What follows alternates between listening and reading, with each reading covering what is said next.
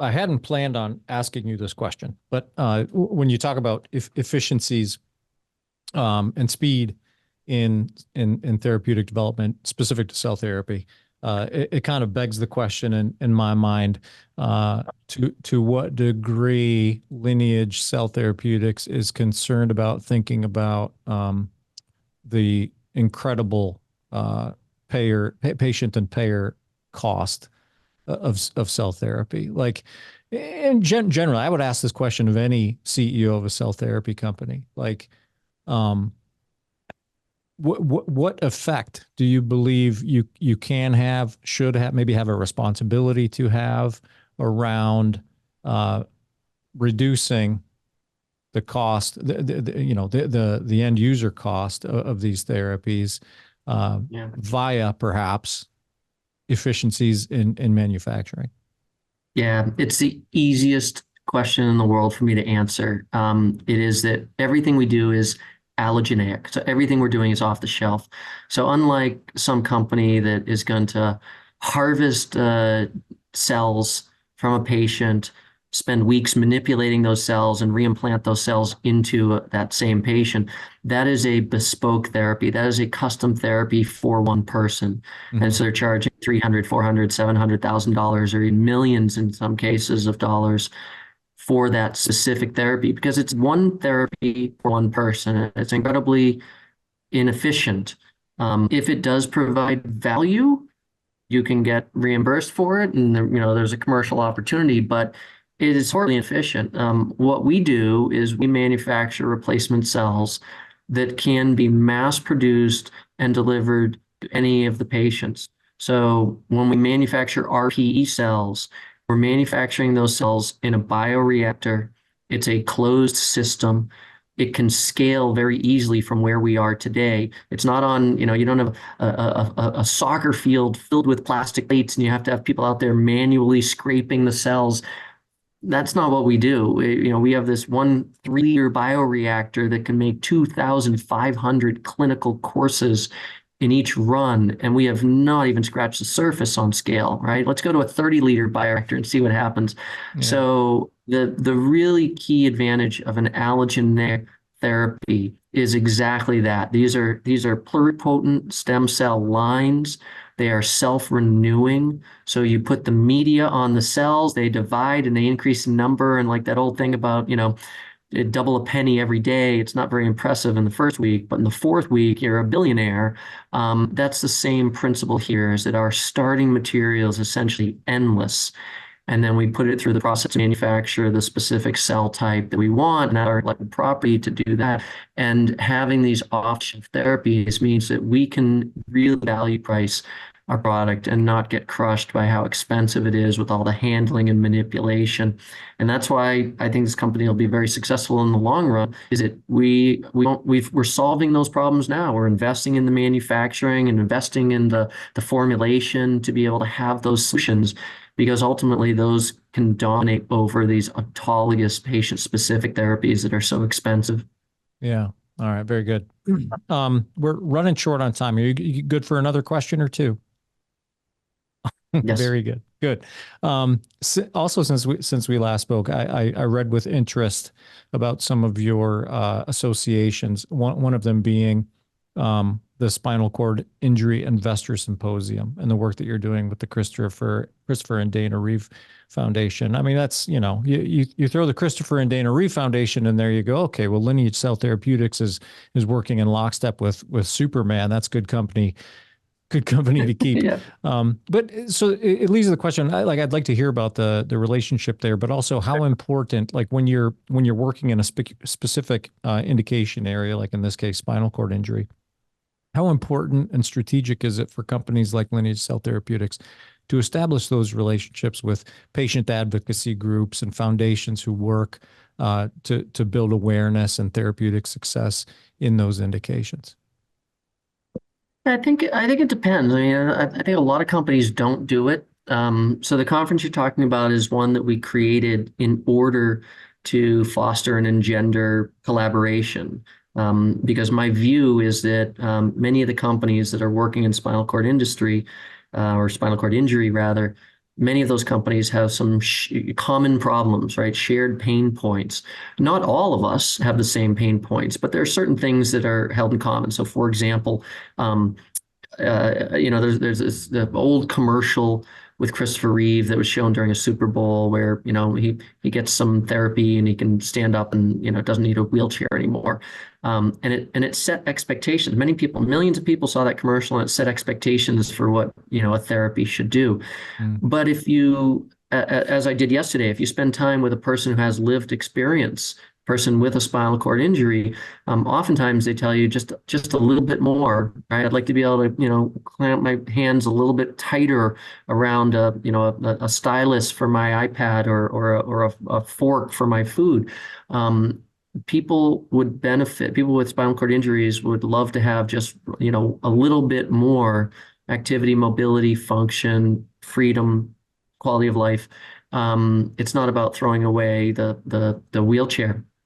And so that's a gap, right? That's a gap between expectations and reality. And every company working in spinal cord injury shares that gap. So we can work on that collaboratively.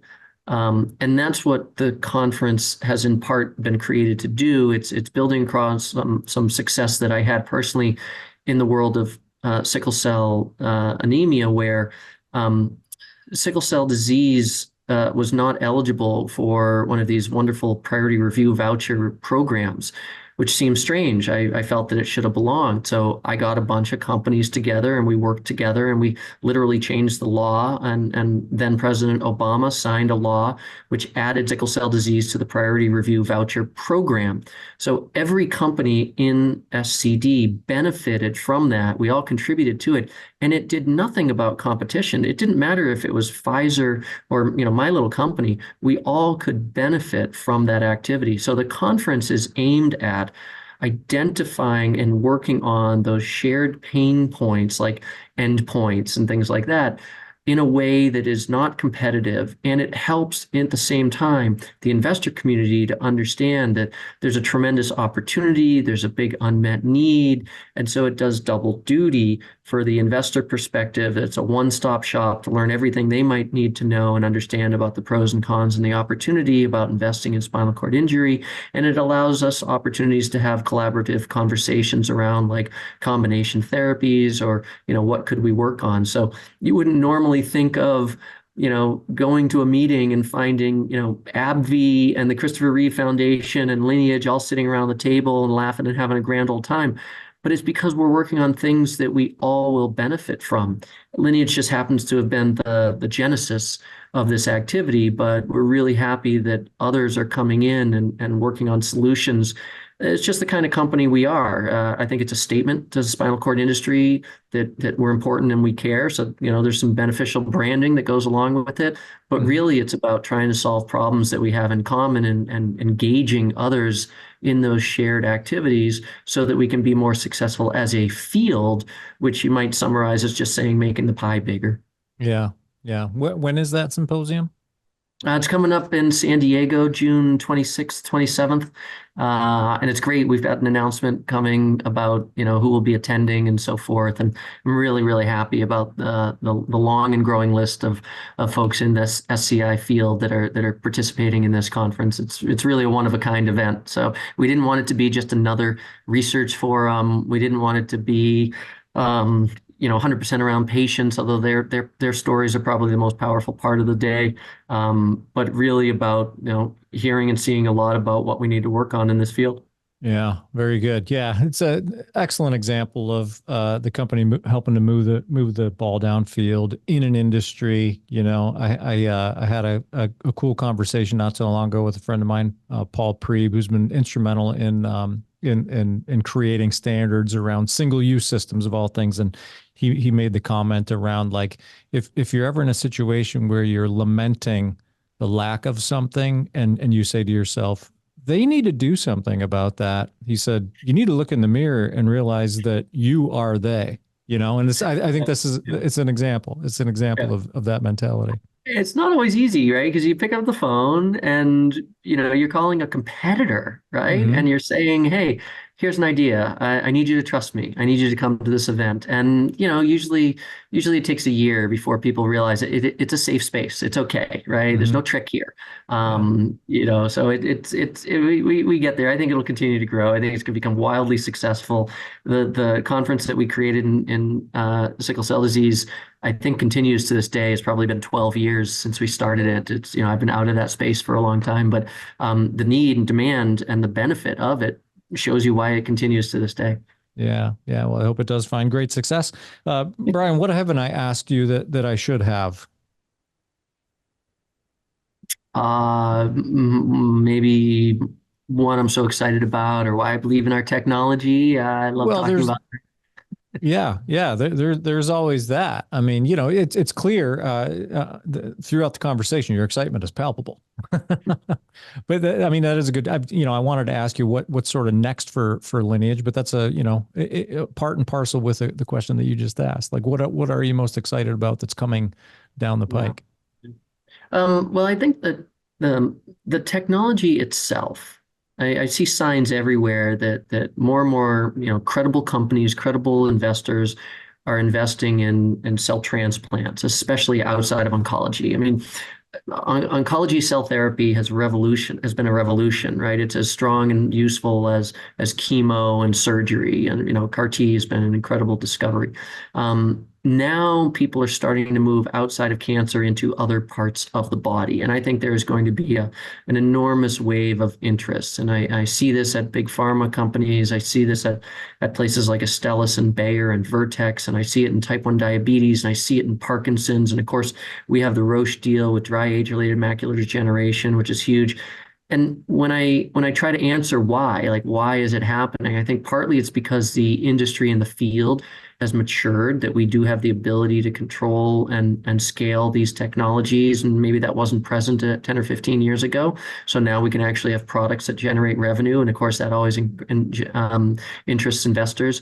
But also I would say that fundamentally, cells can do things that small molecules and antibodies cannot. So when you get to these diseases, especially of aging, and you start thinking about, oh, I'm going to use a small molecule to treat this condition where the whole cell is completely whacked. There's thousands of things going wrong, and you're going to go tickle this one pathway.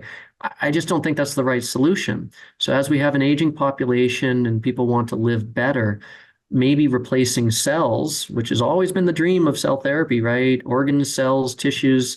How do we do that? I think it's having its moment now. And so it's really exciting to me personally to be a part of that, to literally be a leader in that field. And specifically for Lineage, although of course, any forward-looking statement that I might make, I would always refer people to the risks of investing in Lineage first, and which are all well documented and available online. But we're really interested in seeing what the ongoing clinical trial of our lead program in dry AMD looks like. That trial is being run by Roche and Genentech. And when that information becomes available, or whatever updates they provide become available, I think that'll be really interesting, because it's one thing for Brian Cully to say we might be onto something very special with this condition. It's quite different to hear that from a company with the experience and the depth and credibility of a Roche and a Genentech with their innovation. So I think that's something that's really exciting. But we're going to just keep moving all of our programs forward, because this probably is a new branch of medicine, and we want to make sure that we're pushing the field forward and ahead and being successful with that.